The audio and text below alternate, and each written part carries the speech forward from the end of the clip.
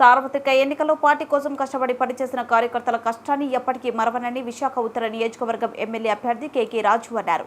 బిర్లా జంక్షన్లో గల బోస్తా కన్వెన్షన్ హాల్లో విశాఖ ఉత్తర నియోజకవర్గం వైఎస్ఆర్ కాంగ్రెస్ పార్టీ శ్రేణులు ఆత్మీయ సమావేశం నిర్వహించారు. ఈ కార్యక్రమంలో ముఖ్య అతిథిగా రాజ్యసభ సభ్యులు గొల్ల బాబురావు, ఇతర ప్రజాప్రతినిధులు పాల్గొన్నారు.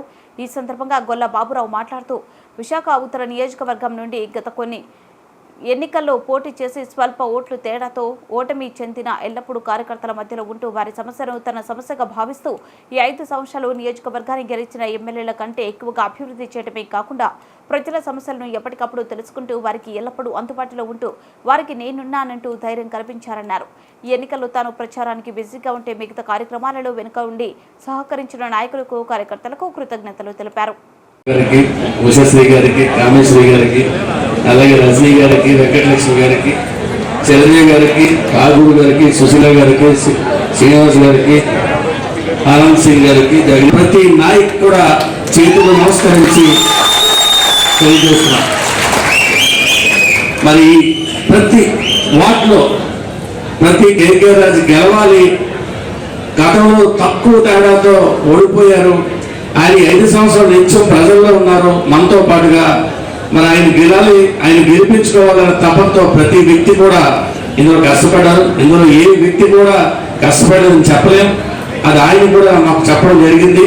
కాబట్టి మీరందరూ ఉంటేనే నేను ఉన్నానని చెప్పి ఆయన మాకు చెప్పడం జరిగింది. దయచేసి ఈ నాయకత్వాన్ని రాబోయే రోజుల్లో కంటిన్యూగా మనం ప్రతి ఎమ్మెల్యే దీంట్లో కూడా ఆయనే మనం గెలిపించుకోవాలని చెప్పి, ఇలాంటి నాయకత్వం మనకు అవసరం అని చెప్పి, తద్వారా మరి ముఖ్యమంత్రి జగన్మోహన్ రెడ్డి గారిని మనం చేసుకోవడానికి అవకాశాలు ఉంటాయి. కాబట్టి మరి మీ అందరికీ మరి పేరు పేరున ధన్యవాదాలు చేస్తూ తెలియజేస్తూ సెలవు తీసుకుంటున్నాను. మరి ఎలక్షన్లో ప్రతి కార్యకర్త దగ్గర నుంచి నాయకుల వరకు కూడా అందరూ కూడా కష్టపడ్డారు. ప్రతి నిమిషం కూడా వాళ్ళు మన ఎలక్షన్ గురించి జగన్మోహన్ రెడ్డి గారు ప్రభుత్వం రావాలని వాళ్ళు తప్పించి మరి ఇన్ని రోజులు ఎలక్షన్ చేశారు. వాళ్ళందరికీ మనం థ్యాంక్స్ చెప్పాలి అని ఈరోజు కార్యక్రమం పెట్టారు. దీనికి పెద్దలు, గౌరవనీయులు, మరి మన రాజ్యసభ సభ్యులు, డైనమిక్ లీడర్ చూసారా, డైనమిక్ ఇచ్చారైనా ఆయన యాంగిల్ బాబురావు గారికి, అలాగే ఈ కార్యక్రమానికి స్వాతంత్ర భారత 75 సంవత్సరాల స్వాతంత్ర భారతదేశ చరిత్రలో 29 రాష్ట్రాల్లోని కూడా ఉన్న నాయకులందరూ కూడా మాట మీద నిలబడితే జగన్మోహన్ రెడ్డిగా నిలబడాలి. సంక్షేమ కార్యక్రమాలు అమలు చేస్తే జగన్మోహన్ రెడ్డిగా చేయాలి. సుపరిపాలన అందిస్తే జగన్మోహన్ రెడ్డిగా చేయాలి అని ఈ రోజు మిగతా రాష్ట్రాల ముఖ్యమంత్రులు కూడా ఈ రోజు జగన్మోహన్ రెడ్డి గారిని ఆదర్శంగా తీసుకునే విధంగా ఈ రోజు కేంద్ర ప్రభుత్వం కూడా జగన్మోహన్ రెడ్డి గారు ప్రవేశపెట్టిన సచివాలయ వ్యవస్థ, వాలంటరీ వ్యవస్థ, జగన్మోహన్ రెడ్డి గారు ఆంధ్రప్రదేశ్ రాష్ట్రంలో తీసుకొచ్చిన సంస్కరణల గురించి కూడా ఈరోజు ఆలోచించే ప్రయత్నం చేస్తూ ఉన్నారు. కాబట్టి నిజంగా మళ్ళీ చెప్తున్నాం, నిజంగా జగన్మోహన్ రెడ్డి గారి సారథ్యంలో ఆయన వెనక సైనికుడిగా నట్టినందుకు నేను ఎప్పుడు కూడా తలెత్తుకుని గర్వపడతాం. మరి ఈరోజు జగన్మోహన్ రెడ్డి గారి వల్ల కాలర్ ఎగరేసుకుని మనం ఉండే స్థితిలో ఉన్నాం. కాబట్టి తప్పకుండా భవిష్యత్తులో కూడా జగన్మోహన్ రెడ్డి గారి సారథ్యంలో మనందరం కూడా గర్వపడే విధంగా ఆయన సుపరిపాలన ఉండబోతా ఉంది. ఎందుకంటే ఓన్ చేసుకుని ప్రతి ఒక్కరు కూడా శక్తి వంచన లేకుండా వార్డు కార్పొరేటర్స్ కానీ, వార్డు అధ్యక్షులు కానీ, మాజీ కార్పొరేటర్స్, కోఆప్షన్ మెంబర్స్, రాష్ట్ర స్థాయి కార్పొరేషన్ డైరెక్టర్స్, మహిళా విభాగం, అనుబంధ సంఘాల అధ్యక్షులు, అనుబంధ సంఘాల నాయకులు, వార్డు యువజన విభాగం నాయకులు, సోషల్ మీడియా, సేవాదల్ అన్ని బూత్ స్థాయి సభ్యుల నుంచి, గృహసారుల దగ్గర నుంచి, సచివాలయ కన్వీనర్ల దగ్గర నుంచి, బూత్ ప్రెసిడెంట్స్, బూత్ కన్వీనర్స్, అన్ని స్థాయిలో ఉన్న వాళ్ళందరూ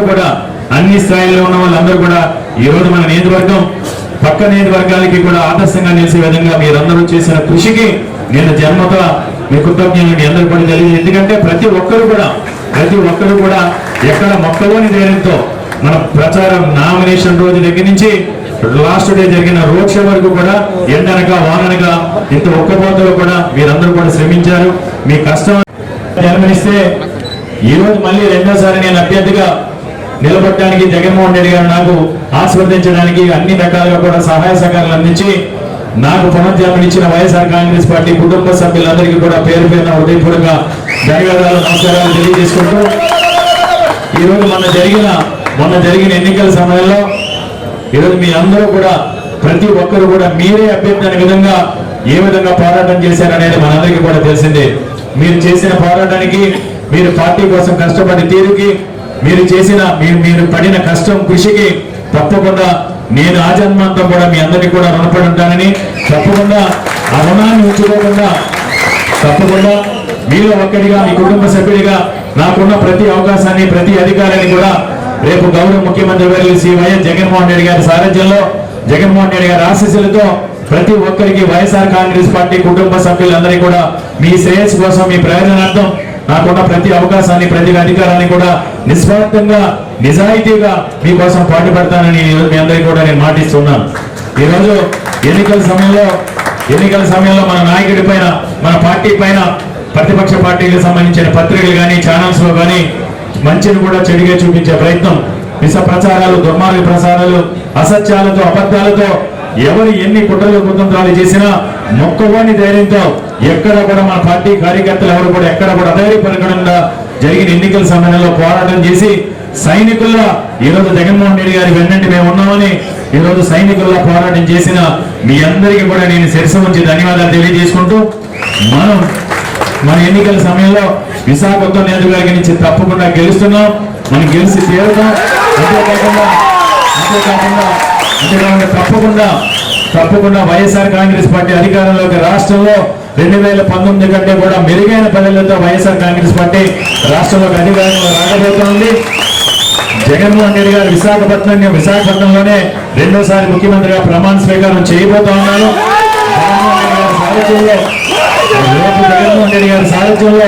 జగన్మోహన్ రెడ్డి గారి సారథ్యంలో దశాబ్దాలుగా గత పాలకుల నిర్లక్ష్యం వల్ల వెనక్కిపోయిన ఉత్తరాంధ్ర ప్రాంత ఆత్మాభిమానాన్ని, ఆత్మగౌరవాన్ని కూడా కాపాడుకునే విధంగా ఈ మారు పేరు అంటే ఉత్తర నియోజకవర్గమే అని చెప్పి నేనైతే నమ్ముతున్నాను.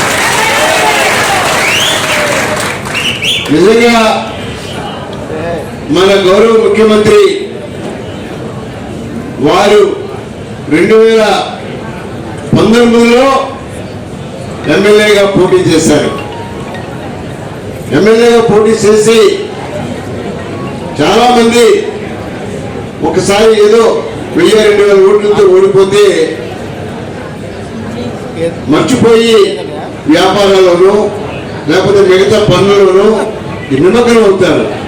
కానీ కేకే రాజు గారిని నేను మొట్టమొదటి నుంచి కూడా నేను అంత పరిశీలిస్తున్నాను. ఓడిపోయిన రోజు నుంచే ఆయన ఎక్కడ మరి ఏ దేవుణ్ణి ఆయన నిజంగా కొలుసుకుంటాడో తెలియదు, కానీ ఆయన ఆ రోజు నుంచే నేను ఉత్తర నియోజకవర్గంలో మళ్ళీ ప్రజల కోసం పాటుపడాలి, ప్రజల కోసం జీవించాలి, ప్రజలతో నివసించాలి అనేటువంటి ఏకైక లక్ష్యంతో, జయంతో నిజంగా పనిచేసినటువంటి చక్కటి మనిషి, యువకుడు చెప్తున్నాను. ఈ రోజున నార్త్ కాన్స్టిట్యున్సీలో 25,000 నుంచి 30,000 మెజారిటీ, 25,000 నుంచి 30,000 మెజారిటీ నాకున్నటువంటి పరిజ్ఞానంలో నేను చెప్తున్నాను. ఒక ఓటు తగ్గితే నిజంగా మీ అందరికీ కూడా క్షమాపణ చెప్పుకుంటాను.